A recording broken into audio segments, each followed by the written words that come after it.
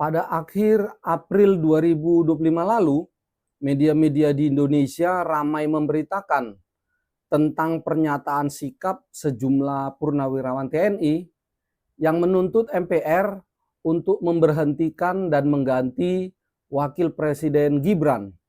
Sebelumnya telah beredar sebuah foto dari dokumen pernyataan sikap yang didukung 103 jenderal, 73 laksamana, 65 marsekal, dan 91 kolonel. Di antara para penandatangan terdapat mantan Wakil Presiden Jenderal TNI Purnawirawan Tri Sutrisno. Dalam sejarah perpolitikan Indonesia, permintaan mundur kepada presiden merupakan hal yang biasa. Presiden Habibie, SBY, dan Jokowi juga pernah diminta untuk mundur. Namun permintaan mundur kepada wakil presiden memang baru pertama sekali terjadi, yaitu pada wakil presiden Gibran. Permintaan mundur kepada wakil presiden Gibran sebenarnya pertama kali disampaikan oleh kelompok pro-demokrasi. Baru kemudian saat ini disampaikan oleh para purnawirawan TNI. Para aktivis pro-demokrasi sejak awal pemilu tahun 2024 yang lalu sudah ramai menyampaikan bahwa prosedur pencalonan Gibran cacat demokrasi. Oleh karena itu, Gibran dianggap tidak pantas, tidak elok menjadi wakil presiden. Selama ini, apa yang diutarakan kelompok pro-demokrasi tersebut tidak mendapatkan perhatian dari masyarakat.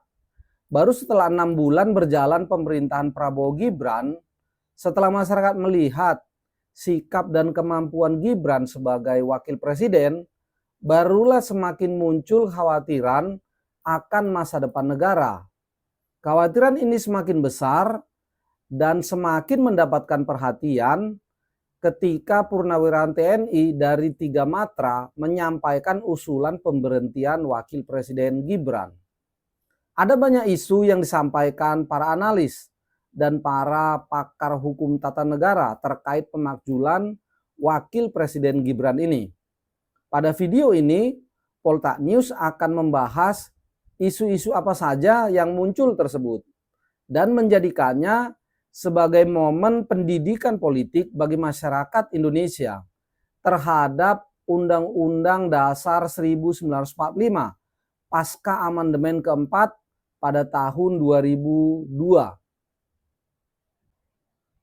Isu pertama yang ramai diperbincangkan publik terkait tuntutan pemberhentian wakil presiden Gibran adalah tentang apa alasan atau dasar pemberhentiannya. Berdasarkan pasal 7A Undang-Undang Dasar 1945, presiden dan atau wakil presiden dapat diberhentikan. Alasan atau substansi yang dapat digunakan untuk pemberhentian adalah alasan hukum. Alasan hukum ini menegaskan bahwa Indonesia adalah negara hukum.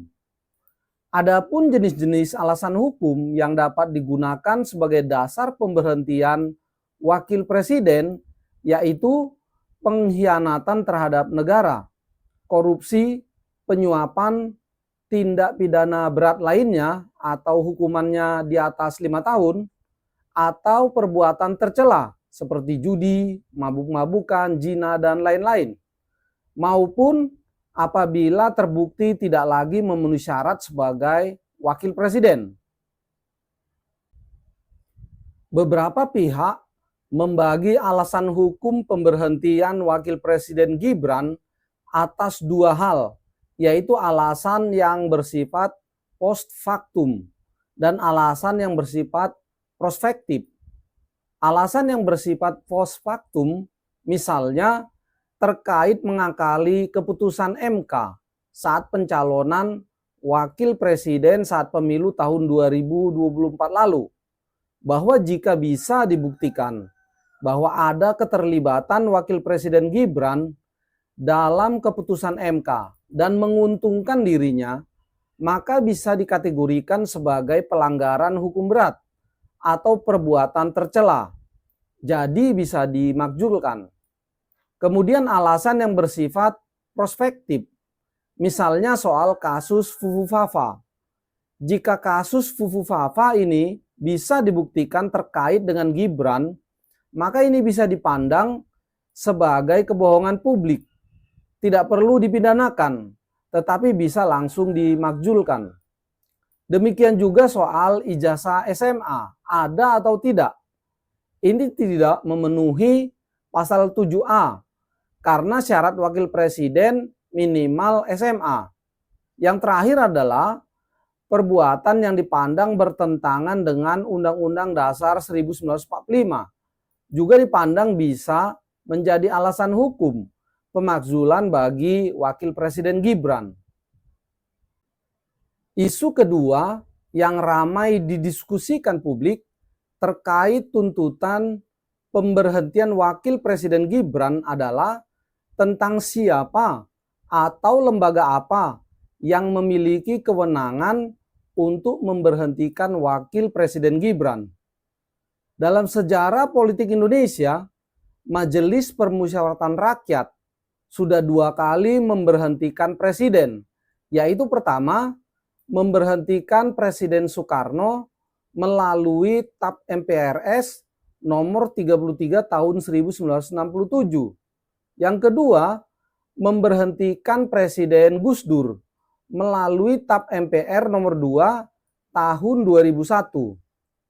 Tetapi pasca reformasi 1998, amandemen keempat Undang-Undang Dasar 1945, pasal 1 ayat 2 dan 3 membuat MPR tidak lagi menjadi lembaga tertinggi negara yang punya kewenangan tertinggi dalam menjalankan kedaulatan rakyat, seperti dalam memberhentikan wakil presiden. Jadi secara formal, tentang siapa atau lembaga apa yang bisa memberhentikan wakil presiden Gibran berdasarkan pasal 7B Undang-Undang Dasar 1945 adalah kewenangan 3 lembaga, yaitu DPR, Mahkamah Konstitusi, dan MPR. Tetapi kita jangan lupa juga bahwa selain pemberhentian melalui MPR, kekuatan politik Indonesia juga pernah menggunakan parlemen jalanan atau demonstrasi besar dan terus-menerus untuk memaksa Presiden Soeharto untuk meletakkan jabatan dan menyerahkannya kepada Wakil Presiden Habibie. Jadi sejarah politik Indonesia memiliki pengalaman memberhentikan presiden baik melalui MPR ataupun dipaksa meletakkan jabatan melalui demonstrasi besar-besaran. Jika momentumnya tepat, kedua hal tersebut bisa saja mungkin dilakukan oleh kelompok-kelompok politik yang ada. Isu ketiga yang ramai didiskusikan publik terkait tuntutan pemberhentian wakil presiden Gibran adalah tentang bagaimana mekanisme atau prosedur dalam pemberhentian wakil presiden Gibran. Pasal 7B Undang-Undang Dasar 1945 mengatur mekanisme pemberhentian wakil presiden, yaitu melalui mekanisme dari DPR ke Mahkamah Konstitusi, kembali lagi ke DPR, kemudian diteruskan ke MPR. Putusan Mahkamah Konstitusi merupakan legal opinion dalam upaya memberhentikan wakil presiden. Mengenai hak-hak DPR dalam bidang pengawasan yang disebutkan dalam pasal 7B Undang-Undang Dasar 1945 juga diatur dalam Undang-Undang nomor 27 tahun 2009 tentang MD3, MPR, DPR, DPD, dan DPRD. Bahwa hak pengawasan DPR dijabarkan sebagai hak interpelasi, hak angket, dan hak menyatakan pendapat. Pendapat DPR dalam fungsi pengawasannya jika menemukan bukti bahwa wakil presiden Gibran telah melakukan pelanggaran hukum ataupun telah tidak lagi memenuhi syarat sebagai wakil presiden, maka DPR dapat mengajukan permintaan kepada Mahkamah Konstitusi untuk memeriksa, mengadili, dan memutus dengan seadil-adilnya terhadap pendapat DPR tersebut. Kemudian dari MK kembali ke DPR, dan dari DPR dapat diteruskan ke MPR untuk memberhentikan wakil presiden Gibran. Jadi ada dua mekanisme atau prosedur untuk memberhentikan wakil presiden Gibran berdasarkan Undang-Undang Dasar 1945, yaitu pertama, pintu melalui pasal 7A dan 7B. Dan yang kedua, pintu melalui pengawasan DPR. Ini adalah mekanisme atau prosedur formal pemberhentian wakil presiden berdasarkan Undang-Undang Dasar 1945. Tetapi seperti yang dikatakan tadi, sejarah politik Indonesia juga memiliki pengalaman dalam memaksa Presiden Soeharto untuk meletakkan jabatan melalui demonstrasi besar-besaran. Jadi jika momennya tepat, situasinya memungkinkan, maka bisa saja kekuatan-kekuatan politik yang ada juga memanfaatkan mekanisme parlemen jalanan ini. Isu keempat yang ramai diperbincangkan publik terkait tuntutan pemberhentian wakil presiden Gibran adalah mengenai seberapa besar kemungkinan keberhasilan memakzulkan wakil presiden Gibran. Saat ini 81% kursi DPR dikuasai oleh partai pendukung pemerintahan Presiden Prabowo Gibran. Dalam situasi demikian, secara teoritis maka akan sulit untuk memberhentikan wakil presiden Gibran melalui mekanisme atau prosedur yang diatur dalam Undang-Undang Dasar 1945 pasal 7B. Tetapi banyak pihak melihat bahwa relasi Presiden Prabowo dengan wakil presiden Gibran tampaknya tidak baik-baik saja. Hal ini menyebabkan banyak pihak melihat masih ada kemungkinan pemberhentian wakil presiden Gibran melalui mekanisme yang diatur dalam pasal 7B Undang-Undang Dasar 1945. Terutama jika ada situasi yang membuat Presiden Prabowo berubah pikiran terhadap wakil presiden Gibran. Manuver politik yang dilakukan oleh wakil presiden Gibran yang selalu berusaha meningkatkan citra politiknya tampaknya mengganggu kenyamanan Presiden Prabowo. Sehingga publik melihat Presiden Prabowo tidak memberikan banyak peran kepada wakil presiden Gibran. Bukan tidak mungkin hubungan Prabowo Gibran akan semakin renggang di waktu-waktu yang akan datang.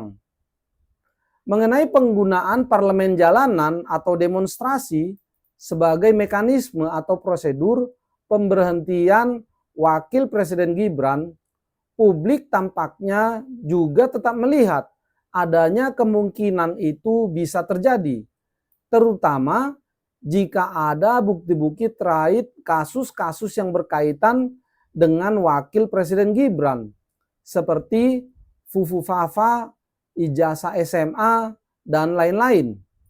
Jadi, dari segi kemungkinan untuk saat ini, memang kemungkinannya kecil untuk bisa memberhentikan wakil presiden Gibran.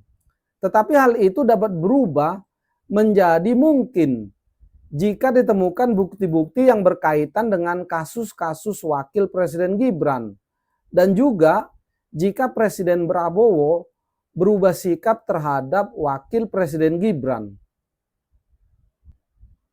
Tampaknya tuntutan para purnawirawan TNI untuk memberhentikan dan mengganti wakil presiden Gibran tidak dapat dianggap remeh, sekalipun tidak mudah untuk diwujudkan pada saat ini. Walau demikian, dengan adanya tuntutan pemberhentian dan penggantian wakil presiden Gibran dari para purnawirawan ini, maka bisa saja pada pemilu tahun 2029 nanti Gibran menjadi tersandra secara politik. Artinya, kemungkinan akan ada efek politik dari tuntutan pemberhentian ini. Citranya menjadi tercoreng di mata masyarakat. Sudah terstempel sebagai orang yang cacat politik. Kita tahu bahwa pasca keputusan MK nomor 62 tahun 2024 yang menghapus presiden threshold, sebenarnya Gibran dapat maju menjadi presiden atau wakil presiden melalui partai non-parlemen, misalnya lewat partai PSI. Tetapi isu pemberhentian Gibran ini bisa saja menyebabkan Gibran kesulitan menemukan pasangannya untuk ikut dalam kontestasi pemilu tahun 2029 nanti. Belum lagi mengenai dugaan beberapa pengamat yang menduga bahwa simpati dan dukungan masyarakat terhadap Prabowo Gibran saat pemilu dan pada saat ini setelah berjalan 6 bulan pemerintahan sudah berubah banyak. Masyarakat kini semakin menyadari bahwa kebijakan-kebijakan pemerintahan Prabowo Gibran ternyata tidak seperti yang mereka bayangkan dan harapkan. Dalam 6 bulan pemerintahan Prabowo Gibran, tidak ada hal fundamental yang dilakukan untuk meningkatkan kesejahteraan masyarakat. Jadi kembali ke topik, ada 4 isu yang muncul terkait tuntutan pemberhentian wakil presiden Gibran, yaitu tentang alasan pemberhentian, tentang prosedur atau mekanisme pemberhentian, tentang siapa yang bisa memberhentikan, dan tentang kemungkinan keberhasilan. Sejarah politik Indonesia memiliki pengalaman bahwa jawaban keempat isu tersebut ada pada Undang-Undang Dasar 1945 dan juga ada pada aksi-aksi di lapangan kelompok politik yang ada di Indonesia. Demikian dari saya, Poltak Panggabean. Terima kasih.